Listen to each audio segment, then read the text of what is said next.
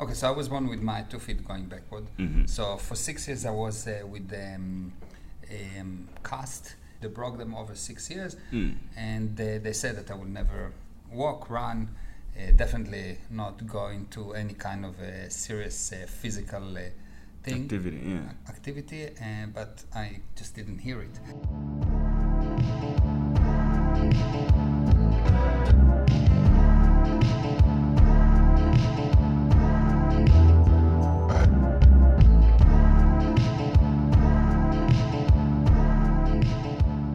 Hey, what's up, everybody? This is Gray Jabez, and this is another episode of the Gray Av podcast. And before we actually get into today's subject, let's do some housekeeping here. So I have finally launched a Patreon page to allow people who wanted to support this podcast to be able to go there at patreon.com/GrayJabez or GrayJabesi and support the podcast. And the reason for that is I still want to keep the podcast absolutely independent, that it's not been controlled by advertisers. So I sort of refuse to put ads on my podcast as much as I can. So go to patreon.com/GrayJabez. You'll be able to support the Gray Av podcast. And secondly, if you're listening to this for the first time, remember that we're on all the platforms: iTunes, Apple Podcast, on SoundCloud, Spotify, even on my website, grayjabesi.com. You can find it and actually download and listen on your own time. Another thing worth mentioning here is that I'm now shooting videos for some of these episodes, so make sure you go to YouTube, Gray Jabez. You'll be able to find some of this content in video format, including this episode as well. You can actually watch it for those of you who prefer visual content as compared to audio. So otherwise, let's get into today's subject, because I'm really excited about this. This is actually already one of my favorite podcasts I've ever recorded in terms of the amount of knowledge that I've learned from our guest today. It's a lot. I think you end up going to have a full page of notes if you like to take notes when you're listening to stuff. And there's a lot you can learn from it. One-liners or principles of life, business, and everything else, pretty much. So you might be asking right now, who is our guest today? Well, our guest today is a man who was born with both of his feet facing backwards, but he managed to invent things that actually were used in the world. He managed to join the Navy SEALs successfully. He managed to start his own business and became and made his first $100 million at the age of 31. Managed to have a successful family and successful businesses and investments. And that, ladies and gentlemen, is Meir Ezra.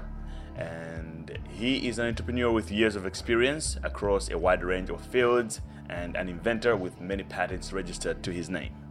Established the most successful distributor of gasoline management systems, a company that within 3 years grew to $100 million. Owner of multiple businesses, has consulting clients in the US, Canada, Israel, Italy, Colombia, Russia, India, South Africa, Germany, you name it. That's how it goes. And heavily involved in the community through time and personal effort, along with having contributed to and donated several millions of dollars to charitable organizations. Active in personal activities, including karate, motorcycling, and kite surfing. A family man, deeply in love with his wife of 28 years and 3 beautiful children. I'm reading this from his website. And I'm just going to add to it, he's also practicing dancing at the moment. And what's more interesting is that he actually agreed to offer more of his time and collaborate with me to create small bits of audio, full of knowledge and wisdom of his, and then I'll be able to make bits of audio from that into a format that you guys can listen to it and digest quickly. It's going to be short and sweet that, in the morning you can turn it on your way to work and listen to it. So all you gotta do, make sure you check out my website, because I'll create a separate page for that. And remember to actually subscribe on the website, greyjabesi.com, so that whenever I'm rolling these out, I can actually share them with you as well in the most convenient manner. And also, if you would like to get hold of Meir, you can actually email him. He gave away his email, and for those who want it, stick around. We'll give that away at the end of the podcast. So, yeah. Otherwise, let's get started. I introduced you to my conversation with Meir Ezra. I was doing my research. I found out some stuff about you, that you were born in Israel. Yeah. So I'm just going to mention what I know, and you let me know if it's what's wrong or what's right. So you were born in Israel. Yeah. Born with both of your legs turned backwards. Yeah. And that's a process that took about 6 years to get fixed. Yeah. And you were interested in electronics. That made you start your own business at a later stage, and you moved to South Africa. Yeah. And you made your first 100 million at 31. Exactly. Right. Yeah. So that was exciting. That was exciting. Yeah. So let's start with debunking those. But before, let's just give a little introduction for those who don't know who you are. Okay. So who I am me. Right. Me is Meir Ezra. Okay. How do you pronounce your name? Meir. Meir. Oh, yeah, okay. It's the word means bring light into things in Hebrew, and Ezra means to help. Yeah, I knew about Ezra. He told me. Yeah. So it's bring light into things, and I help, and it's really what I do. Right. I like to look at things, bring light into things, really understand, totally know them, not understand them, know them. Right. And then take that and help. Mm-hmm. So let's begin from the beginning. What is your story when you were born, when you was younger? I'm interested to know that part. Okay, so I was born with my 2 feet going backward. So for 6 years I was with the cast, and every 3 days they will cut the cast and turn the feet, break them actually. So they broke them over 6 years, and they said that I will never walk, run, definitely not go into any kind of serious physical thing. Activity, but I just didn't hear it. I was too young. But how did that affected you as a young boy? Were you kind of depressed that you couldn't do some things, or? No, I was with the cast. I was swimming. I was not running, but pushing myself. And I had this cart that I was on, and I will fly with it. And I've done everything. It didn't stop me at all. It was actually everything in life has to do with what you consider about it. Right. So someone can look and say, well, I'm too thin. And he will go into a disaster, and another guy will say, whoa, that's the best thing that happened to me. I can be a perfect dancer. I can do that. I can do that. Mm-hmm. So it's your consideration on the situation define the result. Mm-hmm. The result can define by your consideration. What you consider about the situation, it defines the result. And actually, the situation you will find later on that you created. Mm-hmm. So, of course, what you consider will define the result. So, but what kind of a kid were you when you were younger? Active, full with myself. I didn't think that anything is a problem. I don't remember myself ever being afraid of anything. But did your parents, were they worried, be a little careful with you? No. Okay. No, not at all. It's like, it was nothing. So there's a problem. Right. So what? and that's the only attitude to handle any problem. Yeah. So what? Exactly. And what did you want to become at the time? Did you have any aspirations that you remember of? So I knew that I'm very, very good in electronics. From the age of 3, I was dealing with electronics. So I don't know about this story, but when I was 3 years old, one day the radio stopped working, and I woke up in the morning, opened the radio at the back, looked, and I thought that this vacuum tube need to be replaced. I went to my dad and I told him, hey, Dad, you need to buy me this vacuum tube. And he said, how do you know? I said, how do you know your name? What do you mean, how do I know? I know. Mm-hmm. When you know, you don't ask how do you know. You just know. Right. And because knowingness is a condition with no doubt. That's not understanding. It's not understanding is something else. Understanding is a level below knowingness. You understand, you understand. I need to press this chord and this chord in the guitar, and I understand, and I need to do that. And one day you know. Right. There's no doubt. It just happened with no effort. There's a clear absence of effort, and there's no doubt. Any effort that you feel in anything is actually a doubt. Two opposing certainties, that's doubt. So you are certain you want to do something, but you're also certain that you don't know. Yes. You have doubt. So he asked me, how do you know? And I said, of course I know. How do you know your name? He purchased this the vacuum tube. I put it in and boom, it worked. And since then I knew that I know. And when you know that and I never studied electronics, nothing. And I started to build all kind of amplifiers, fixed radios, fixed TV later on. And I was just into it. When I was 13 years old, I started to teach electronics. Never study one day in my life electronics. Never. I mean, not never after that, but never like had any formal education. training. Yeah. Now, and what was your education background? Your formal education. Formal education is electronics, of course. But then I've studied how to do, but study by myself. Didn't go to school. How to program and many other things. Right. So that's gonna come into play at one point when you're talking about parenting at the end. Yeah. So you later moved on to South Africa. You started a business in Israel, or you started your business here? So what happened? I was at the age of 18. Everyone in the Israeli community have to go to the army. It's mandatory. Yeah. And you need to go for 3 years. That's to the military. Yeah, you have to go to the military. You have to go to the army for 3 years. And I became a diver, and that thing requires 5 years. So you need to give extra 2 years because you study for 2 years and you give those 2 years extra. So anyway, I was in the army for about 6 years. After the army, I went to the Far East and just traveling for a year. And by the end of that year, the money finished. So I went to Japan to sell pictures in the street. At what age was that? That was 18 plus 6, 24, something 24, like that. 24, wow. 24, 25, something like that. Yeah. So I went to Japan to sell pictures on the street, and also a very nice... So sorry, what kind of pictures before you move on? Just, it's called aluminium pictures. It's just cheap pictures that we used to buy from a source. Israeli guys in Japan will buy the pictures, stand on the street and sell them. Okay. And so it was me and my wife and another couple.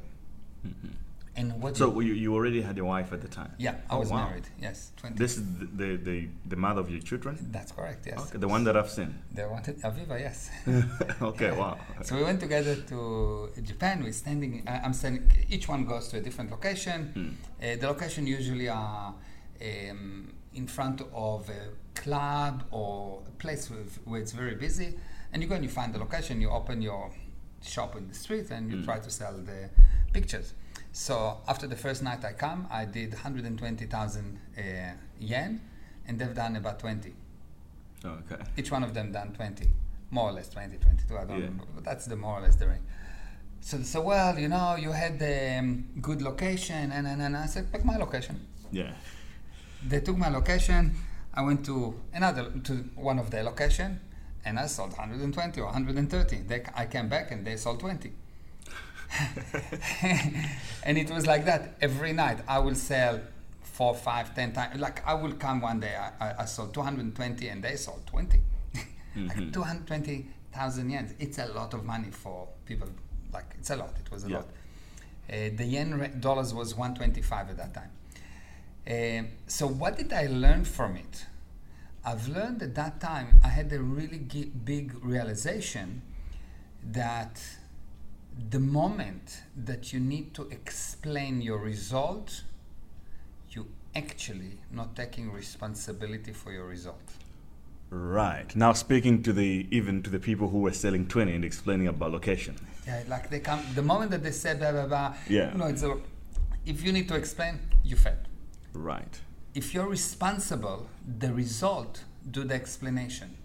Mm-hmm. If the moment that you open your mouth to explain because of, that's it, you failed. You are, wake up, you are not responsible, end of cycle, stop it, let's take responsibility. If you will just take responsibility, things will change. If you just by the decision, it's me. Just by the decision, it's me. And you will see people that are successful don't explain the result. Tell them. Yes. Bill Gates don't need to explain nothing. Absolutely. Yeah. But someone that failed will explain to you that he had bad childhood and the wrong parents and incorrect muscles and whatever. You could have said, "Oh, I had my legs turned backwards when I was born."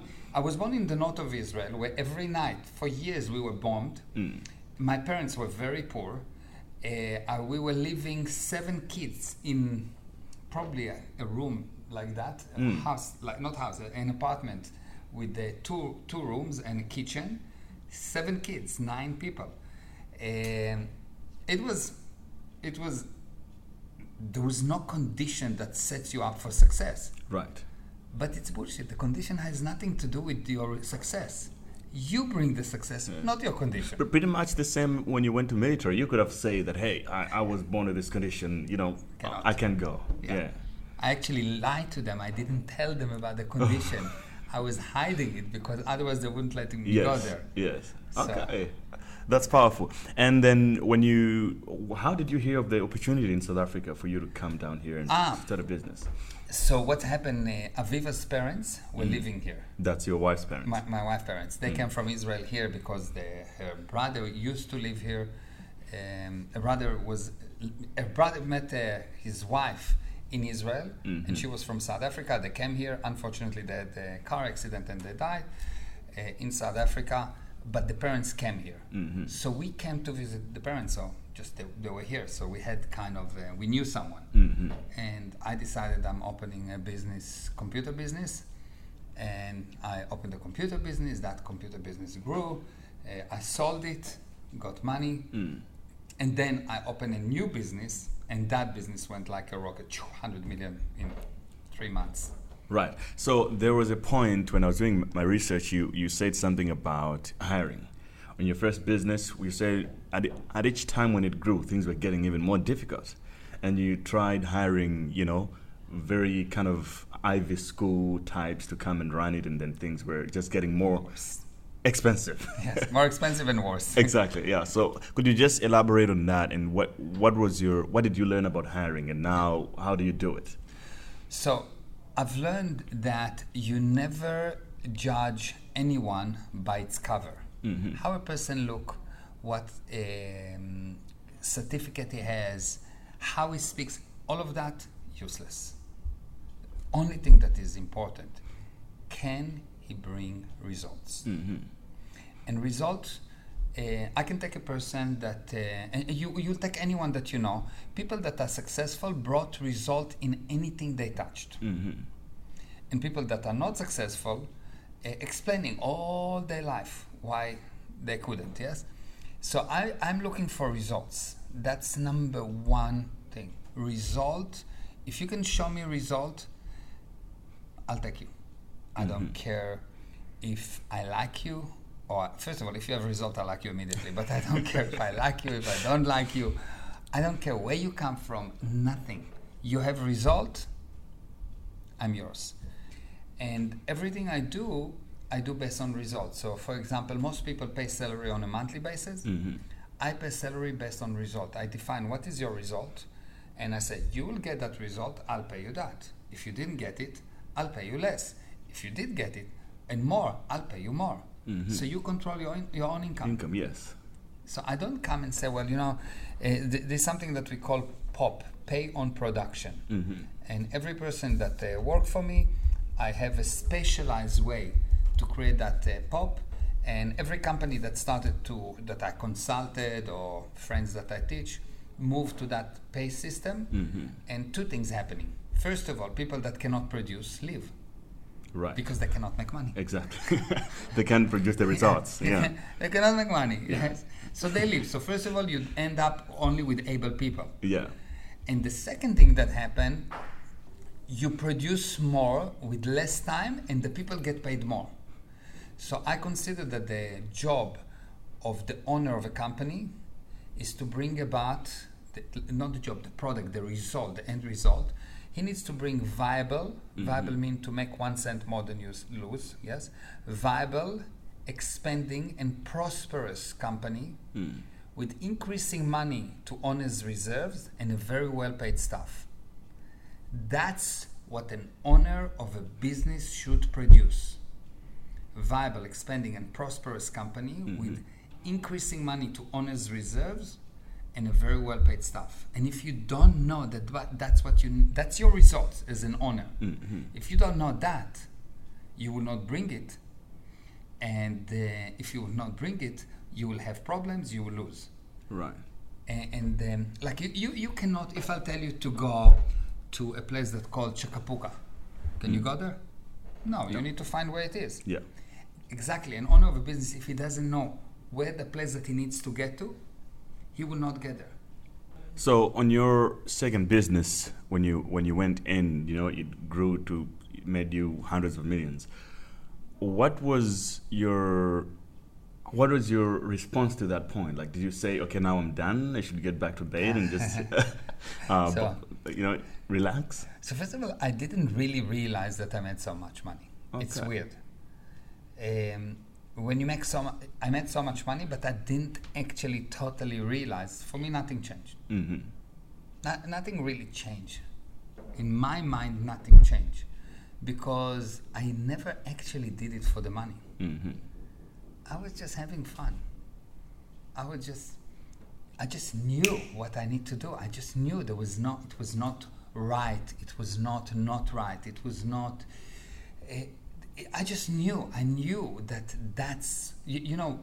I remember very clearly I was doing this presentation to that company, and I went out from that presentation with another guy, and I told him, it's done. And he looked at me and said, what do you mean it's done? They didn't say it. I said, it's done. He said, but how do you know? I told him, if I need to explain to you how do I know, I don't know. I just know. I knew it's done. It took 3 months. Yeah. But it's nothing. 3 months to close a $100 million deal. Yeah. Just like that. Yes. Just because I knew it was so... When you know, nothing can shake your certainty. It's like, you know your name. Can someone come and tell you, no, it's not your name? No, it's your name. Like, nothing can shake your certainty. You don't even know how to... You don't even need to know the process. You just know the end result. You just know. You don't entertain any doubt. It's not even a possibility. Like, someone will tell you, that's not your finger. It's like, okay, fine. Okay. No, I'm just going to ignore them. Whatever, yes. Whatever. Yeah, like you didn't hear it. It's like, whatever. Exactly. Or otherwise you might be like, what do you even mean? You don't understand the language. It's like you cannot even, like, what are you talking about? So all I do is in the direction of bringing about knowingness. Not understanding, not acceptance, not anything. Knowingness. I'm everything I do for myself, my family, my friends, clients, everyone I meet. All I do, I get them to know. And I think the only unique things that I'm doing that is very different than anyone else that teaches is that I bring a person to know. I don't explain. It's not that I don't explain, but my purpose is not to explain, not to teach, I want you to know. I expect you to know, and I give you the tools to know. So, I mean, since we're on the money subject right now, so what are the things that you, I would say, the common knowledge that's not true about money, that you know that it's common out there, but you know that it's not true? Okay, so number one, you don't make money. All right. Yes, money you don't make. Okay. If you try to make money, all the people that work hard and make money don't make money. Okay. Money you have. Money is a viewpoint. It's not an action. You don't get money because you worked. You get money because of your viewpoint. Money you have. You just decide that you have money. So the whole subject of money is really simple. It's really easy to have money. What's difficult is to change your mind that it's not difficult. If you look at any skill that you had, that you have right now. At the beginning it was difficult, and you've learned, and now you've learned how to write, for example. Now it's easy to write, yes? Yeah. The whole learning process was to convince you that it's easy. Yeah, you could already write. Yeah, you could already write, but Yes. it's like you think it's difficult, and I don't know, and you go to learn. I've learn how to dance. Yeah. The more I improve, the more I actually realize it's actually quite simple. What you just step. Mm-hmm. I already know how to walk. I learn how to sing. Yes. So the whole thing is just talk. Yes. I know how to talk. Yes. Everything, once you know it, it's actually the process of learning is eliminating falsity. It's not adding, because you already know. The spirit knows. Mm. The spirit knows. So the first and most important things to know about money is you don't make money, you have money, because money is a viewpoint. So how then can you turn around someone in the 20s or 30s, they're trying to get the financial freedom right, spiritual freedom? How can one turn around that mindset to actually, to start to get it? Yeah. So you need to understand that the reason you don't get the expected result in anything in the universe is because you have something that I called fake reality. What is fake reality? It's a piece of information that you are 100% sure is right, but when you use it, it doesn't bring the expected result. Which means that, let's say I have a problem with this phone, okay? And I think that it's complicated. That's the fake reality, because phones are simple. Everything is simple in life. But my fake reality is that it's complicated. For as long as I will think that it's complicated, I will not be able to fix the phone. Yes. But one day I'll decide that, no, it's actually easy. I will start to operate it. That's the one viewpoint. The other viewpoint, you need to know that when you have a problem, you have to know that the fact that you have a problem is a proof that you have a fake reality. Okay. Okay. So what do you mean by that? Okay. For example, I'll give you an example. So there was the Black Plague, yes? Like half of Europe died in the Black Plague. Yeah. And there was all kind of fake realities. And they couldn't cure the Black Plague, yes? So people had fake reality. Some people say it's the gods that upset. Some people say it's the wives that upset. Whatever. They come up with all kind of nonsense, yes? And they thought that there are demons, and they thought all kind of things. So no one stopped and said, hold on. If it's the gods that upset, can I change the god's mind?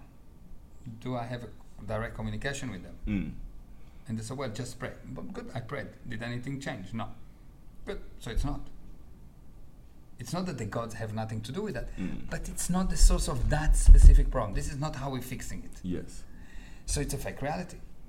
Because once you understand that it's a fake reality, you will look at somewhere else. And then you know what happened, how the Black Plague went away?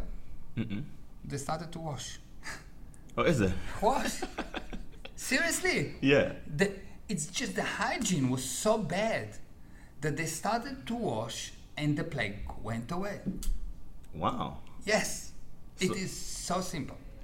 The fake reality is so powerful that it is something that you're 100% sure is right. So you cannot see that it's wrong because you're sure it's right. You're sure it's the gods that upset. You can't do anything about it. You cannot do it. You don't need to do anything about it because it's true. You don't need to do anything about this thing that it's black here because it's black. It's true. Yeah. This is my hand. I don't need to do. It's true. It's here. Yeah. But what if it's actually not black and it's just some kind of something else? Like, let's say that you think that it's black, but you touch it and you don't feel it. Yeah. So you have fake realities. Something do not make sense here. So once they figured out the solution, then there's no problem anymore. Of course. The real reality. Once you remove the fake reality, to solve any problem, you need to move a lie. To solve any problem, you need to remove a lie. For example, I'll give you an example with children, okay? Yeah. So parents have problem with children, yes? And they don't know how to solve it. So what they come up with a fake reality, the child is bad. So they believe the child is bad, the child is bad, the child is bad. The more you believe the child is bad, the worse the child become. So it's a fake reality. What actually the real story is children cannot be bad. Children have always good intention and sometimes bad results. But the intention is always good of a child. I never met one child, and I've handled many thousands of child, not one that have bad intention. So if you understand that the intention is always good, you will ignore the result and work with the intention. I'll give you a story. My son, Neo. You know Neo? I think you know. No.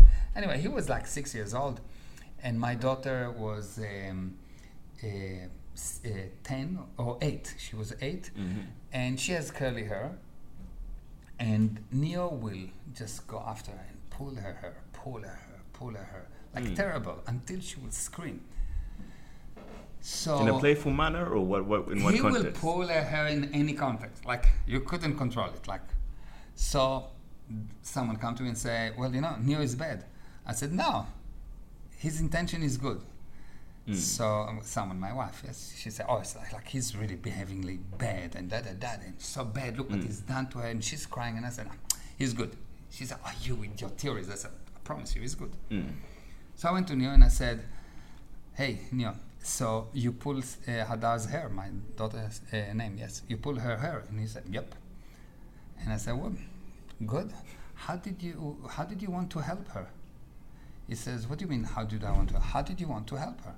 He said, well, don't you know? I said, no, I don't know. I said, what happened? So he said, she told me many times that she wanted her hair to be straight, and she many times straightening her hair with this machine that mom using.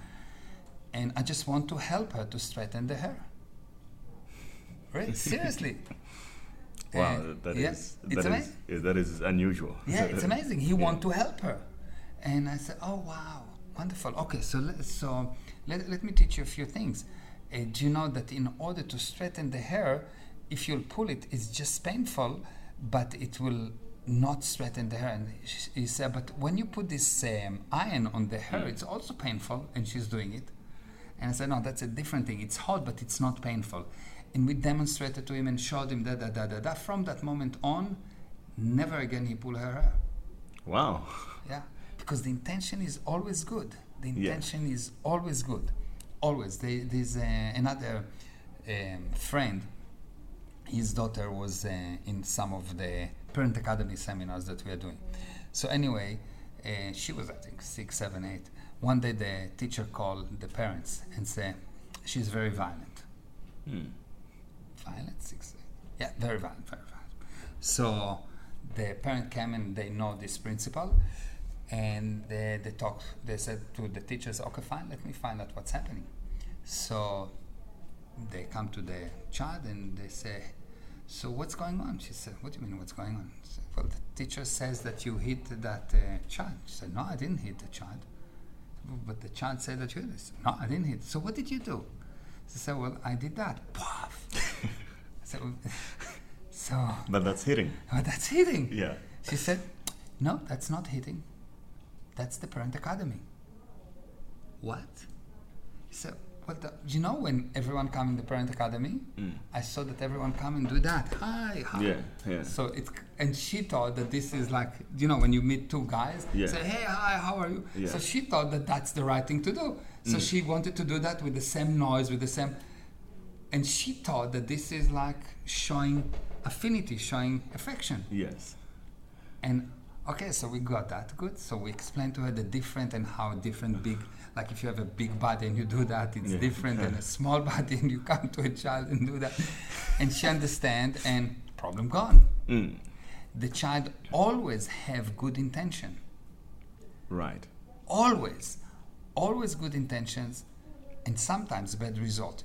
Children, parents, teachers, society should only look at the intention and ignore the results, and everything will be good. What's the problem is that the parents pick up this fake reality that the child is bad, or he has attention deficit disorder, or he's sick, or is that all nonsense. I didn't see one child that we could not totally handle by knowing if the results are not perfect. It's only because the parents don't see the good intention. Mm-hmm. So how do you apply that kind of logic to, say, in a work environment or in family, when you're dealing with adults, for example? Because that, I think, would be much more interesting, since they have been indoctrinated for a very long time already, to think in a certain way. Let's look at a client, okay? You come to a client and you want to sell him something, okay? And the client said no. If you cannot handle him, so first of all, let's define what a salesman mean, okay? And so salesman mean, the definition of the word salesman is a person that help the prospect to help the client, to help himself with my product or service. So the purpose of a salesperson is to help. So now I come and I want to help you, and I know my product will help you. Yeah. And you don't want to buy it. So obviously I, the salesman, need to look at what is the fake reality that you have and handle the fake reality. Right.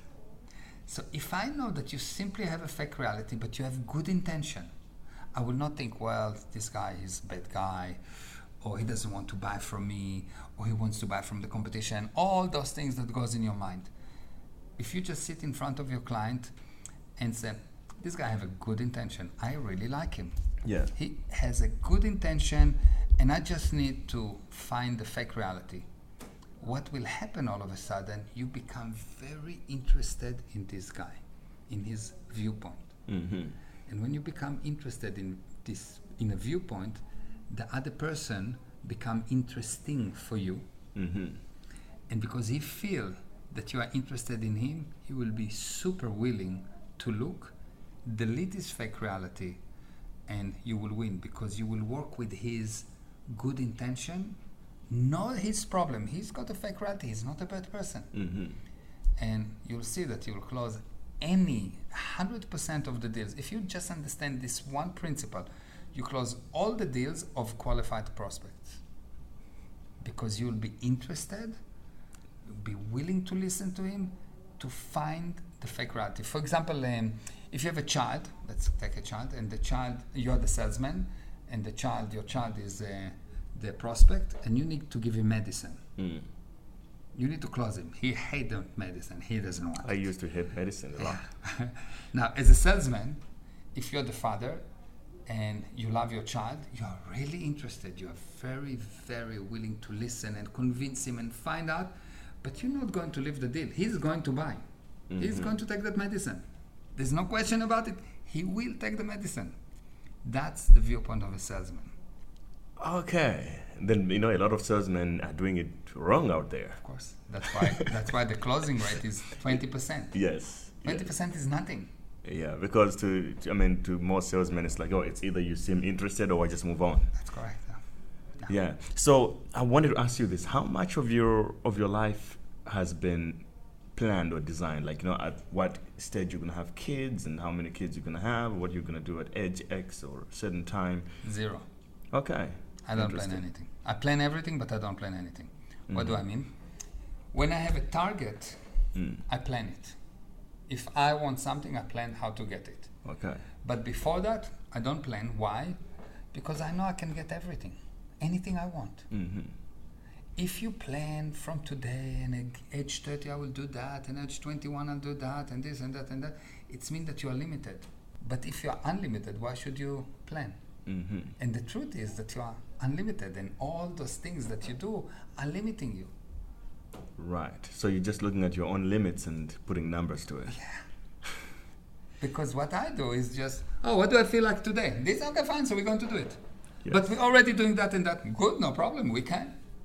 Because there are no limits. There are actually no limits. But it's a little bit harder, because we have been taught to think in that way of putting things as kind of, you need some kind of order. How successful is it?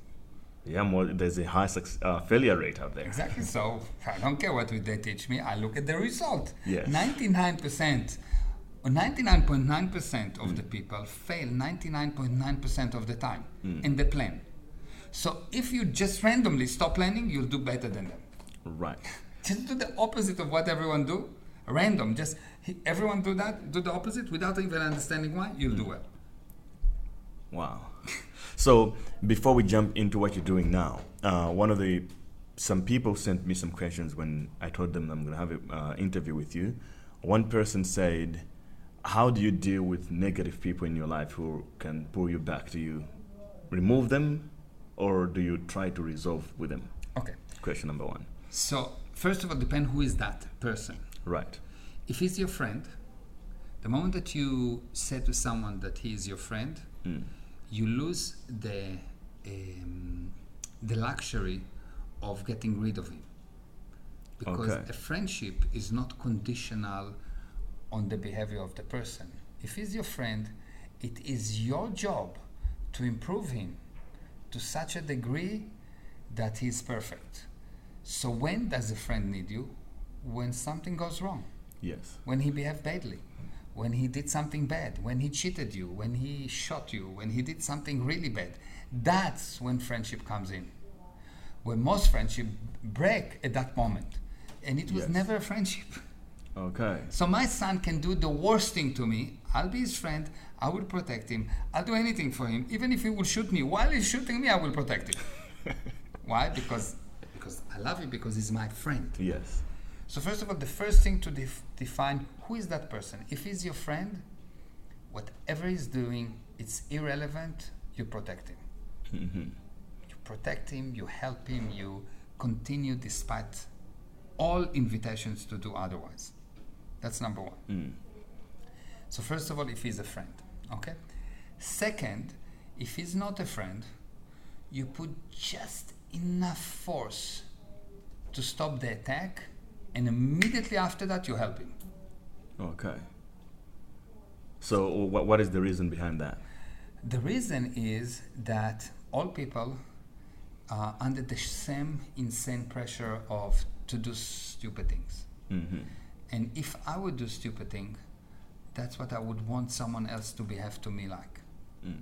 So I want to behave to other people the way I want other people to behave to me. So if I do something wrong, and there's not one person, including me in the history of man, that did not do bad things.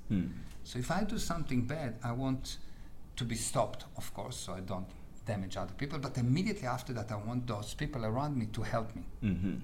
Because that's the only way to improve society. Yes. Where what most people do, you do something bad, they stop you, and then they torture you, and then they kill you, and then they torture you even more. Mm-hmm. And what we got at the end is worse and worse and worse and worse people. Absolutely. So another question was, this is coming from a guy in his late 20s. He says, what would be your advice for a guy towards his 30s who wants to have financial freedom, lots of time to himself, and spiritual freedom, and have a hot wife? Okay, good. And a good family.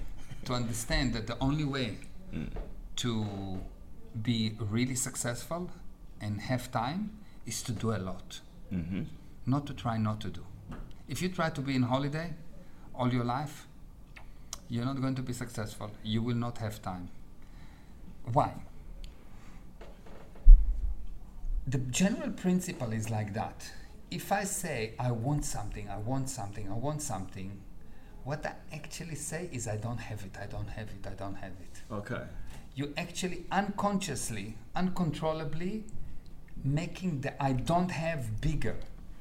If you say right now, my arms is not painful, my arms is not painful, my arm is not painful, it will start to be painful, because only when it's painful you will say it's not. Mm-hmm. Yes. So when someone say, I want to be successful, I want to be successful, I want to be successful, he will fail. If someone say, I want to have time, I want to have time, I want to have time, he will not have time. So the first thing to know, that in anything you do in your life, you need to be willing to win and lose with the same level of enthusiasm. Okay. Pain or no pain, pleasure or pain, fun or no fun, time or no time, any things that come, welcome. Okay. I can take it. Why? Because I create it. Yes. But if you want someone to give you something, to give you time, to give you money, to give you happiness, you will wait for a long time. Probably never see it. You'll never see it, yes. So first of all, don't try to have no time. But, so what do? You go for something of, good, I just want to enjoy the game. Yes. It's a game. I just want to enjoy the game. I'm just enjoying the game. So which game I would like to play? This. Good, I'm going to enjoy the game. If I'm going to lose everything, including my body, wonderful. Why will I do parachuting? Why will I do kite surfing? Why will I do anything extreme? Because of the enjoyment of the game. Mm-hmm. So the only thing you do, you enjoy the game. I go to business because I enjoy business. I go into business only because I enjoy business. Every time I went to business because I wanted to make money, I lost money.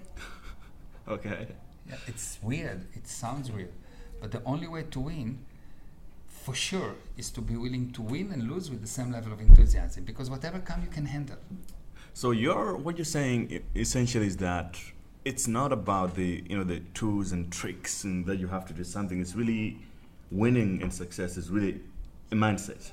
It starts here. Yeah. And then all the rest comes automatically. Of course, you need an email program. Of course, you need to know how to read the balance sheet. Of course, you need to know all kind of things. But that will happen automatically if your mindset is, yes, I'm willing to play that game. Mm-hmm. So anything that you will require will be a no problem, of course, because you are powerful. You decide that you can.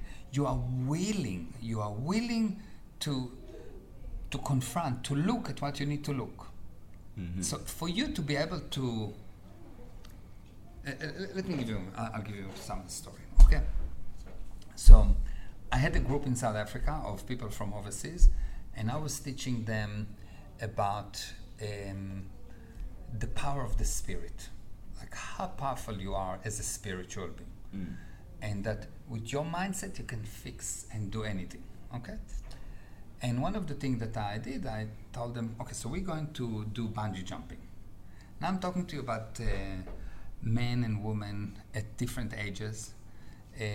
Like I think the oldest one was like 76 or 78, something like that. Oh wow! Old, young, all kind of people, like a group. And I said, you are all going to do bungee jumping. And I told them about and they all agreed they're going to do bungee jumping. Good. Now we're going in the bus towards that bridge. Mm-hmm. Next to Neisner. Yes. Yep. So we're going in the bus towards that bridge, and then the closer we get, the more pale they get. Like you can see that they cannot breathe. Like I need to bring some oxygen or something. They become really serious and worried, and like you could see that really, really, really afraid. Yes. And then we walk on that walk, and it's like a metal mesh. Yes, you can see the ground. And you see the ground, and they walk, and you can see. And they're afraid. They're really afraid. Totally like shaking. Hardly walking. Some of the girls there, like we needed to walk them.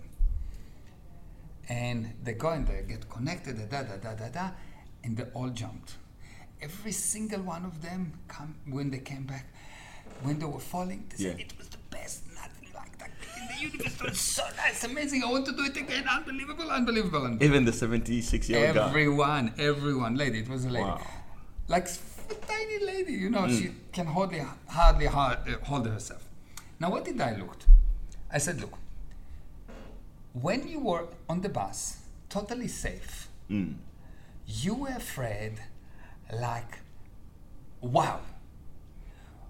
But you were safe. Mm-hmm. When you were falling, you had the best time of your life. Yes. What does it mean? It means that when a person is afraid, there's no problem. There's no fear. When a person is afraid, there's actually no problem. When you worry, there's no problem. When you are not worried, the problem actually happening. And the only way is to jump. Because all the time before that, it's irrelevant. Yeah, that's true. What is fear? Fear is an effort not to communicate.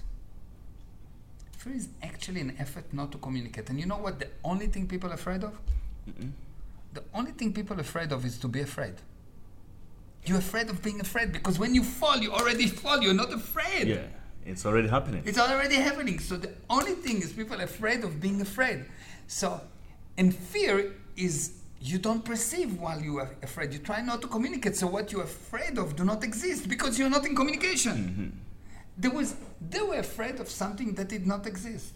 They were driving in a bus and they were very safe, very 5-star bus, everything, coffee, whiskey, everything is wonderful. And they were afraid. So it's now about you have to live the fear, pretty much, to be inside, and then it's not fear anymore. You need to just be willing to win and lose with the same level of enthusiasm. Right. Just whatever comes. I know, when I fall, I know I will feel amazing. And when I'm on the way, I need to cause myself to be amazing because it's a lie that there's something to be afraid of. Yes. There's one thing to lose money and another thing to be afraid of losing money. There's one thing to be poor and another thing to be afraid of being poor. If you're poor, enjoy being poor. It means you can go up. Yes? It's not a problem. If you lose money, wonderful. It means that you know how to make. You can make it again. Oh, yeah. That is a very good point. Yes. It's not a problem. Actually, there is never, ever any real problem if you don't consider it a problem. If it's a problem, it's because you said it's a problem. And otherwise, it's just another challenge. So let's get to what you're doing now. Did you stop business that you're in? You retired? No, I'm never going to retire. Because now you help people. You do the seminars. I've learned a lot from you, just like a lot of people here. Why do you do this? And you do family counseling for a lot of people. When did this all begin? So I've been doing it for a long time, many years. And why do you do it when you made over lots of millions? Okay, why? Because the only value a person has is in how many people he can help. It's not how much money you have in the bank. It's not how you look. It's not anything. The only value you have is in how many people you have. And from all the joy in this universe, you take it from sex to adventure to anything. The biggest joy that I have ever experienced was helping people. Okay. There was nothing that I've experienced in this universe that gave me more joy than helping people. How does your programs work at the moment? Like how do I do that? Yeah, how do you do it? And like for someone to work with you, what is the process? Okay, so the process is like that. Usually you'll go online and you'll see some of my videos, and you'll get the idea, and you'll see that this is different. Like anything you will look is different. Like for example, I ask most of the people, I ask them, what does it mean to be insane? And they will tell me doing the same thing over and over again and expecting different results. Yeah. And I said, that's bullshit. That is very most popular. I know, but it's bullshit. Because I look, I don't listen. Yes? I don't care what they say. Right. I look. Don't listen. Yes, I look. I don't listen to what people say. Because what does it mean to do the thing over and over again and expect different results? It's tenacity. It's the most important quality in the universe, tenacity. It's like do it again and again and again, despite anything. So what is insanity? Insanity is to get stuck in the past. Right. Insanity is attention stuck in the past. So actually, you'll see that people never are afraid of what's happening to them. They're afraid of what happened in the past. So all your fear is not because of what's happening right now. When the guys were in the bus, they were not afraid of the bus. They were afraid of what they thought they're going to do, remind them of the past. But if I told them that they're going to do juga dubi bigi gigi, they didn't know that it's bungee jumping. They wouldn't even know how to feel. No, they would not know how to fear it, yes? That's correct. Yes. So they were afraid because it's remind them of something in the past. And they got insane. They were totally cuckoo on the bus. Because there was no danger whatsoever. And they were afraid. And when they were falling, they were amazing. Yes, we love it. I want to do it again. They're falling, they're jumping, they're falling down. And the government said that was the best few seconds of my life. Yes. So what you're going to do is you're going to find videos, but you need to be willing to forget what you know and to look what you hear. Does it make sense to you? Does it work? Even more important, does it make sense? Does it work? Try it. Now, if it doesn't work 100% of the time, if it works only 99% of the time, please throw it away. It's nonsense. Okay? What I teach work 100% of the time, always. You will look at some videos, you'll get the idea, then you probably join one of my webinars or seminars, depends where you are on the planet. And you'll come to a webinar, seminars, usually very low cost, something just to start to understand what's going on. Then I will understand what is your problem, what you consider your problem is. And I will ask you, what is your problem, what is your problem, what is your problem, why? You tell me all the thing why you think your problem is that problem. And I will usually tell you, good, thank you for telling me, because it's not that. How do I know that it's not what you told me? Because if it was what you told me, you will solve the problem. You will not need me. Yes. So the only reason I ask you is because I need to know what not to handle. So when a person says, well, the reason I don't have money is this and that and that and that, thank you, that's not the problem. So I will sit with you and I will find all the things that you think that what's the reason for the problem. I will know what it's not. And then I will ask you a few questions, and I have a specialized method of an evaluation, and I will spot what is your real reason for the problem that you're having. And based on that, I will give you sets of tools that if you use them, you bring result. And what I do, I give you a result, you apply them, and I will tell you if it doesn't work, you don't pay me. Okay. I give you 100% guarantee. You do that, you will get that result. If not, don't pay me. No question asked. And definitely, to you, that's not really a business model. Yeah, you know, exactly. It's just things you do to make. Want to help people. Exactly. Yeah. Right. This was perfect. I really appreciate it. Thank you. Thank you. Thank you so much. Looking forward to the other segments. I think that's whenever you're ready. Yeah, sure. Awesome. Thank you so much. Thank you. Yes. So I hope you guys enjoyed that. That was an incredible episode. And without forgetting, remember that there will be more coming from him. So if you want to stick around, the best way to do it is to subscribe to my podcast on the website. That's greyjabesi.com, GreyJabesi. And then you can actually subscribe to the email list. And with that, it allows me to notify you when the new episode is up, and also when I'll be sharing the new content that I will create with Meir. It means that you will be able to get notified with us, because not all of it will go on the as a podcast. Some of it will just be shared in the emails, but it's going to be short and sweet. And for his email address, like I promised, it's mail@timemaker.org. That's MEIR@timemaker.org, or RG, that is. So yeah, you can get hold of him there.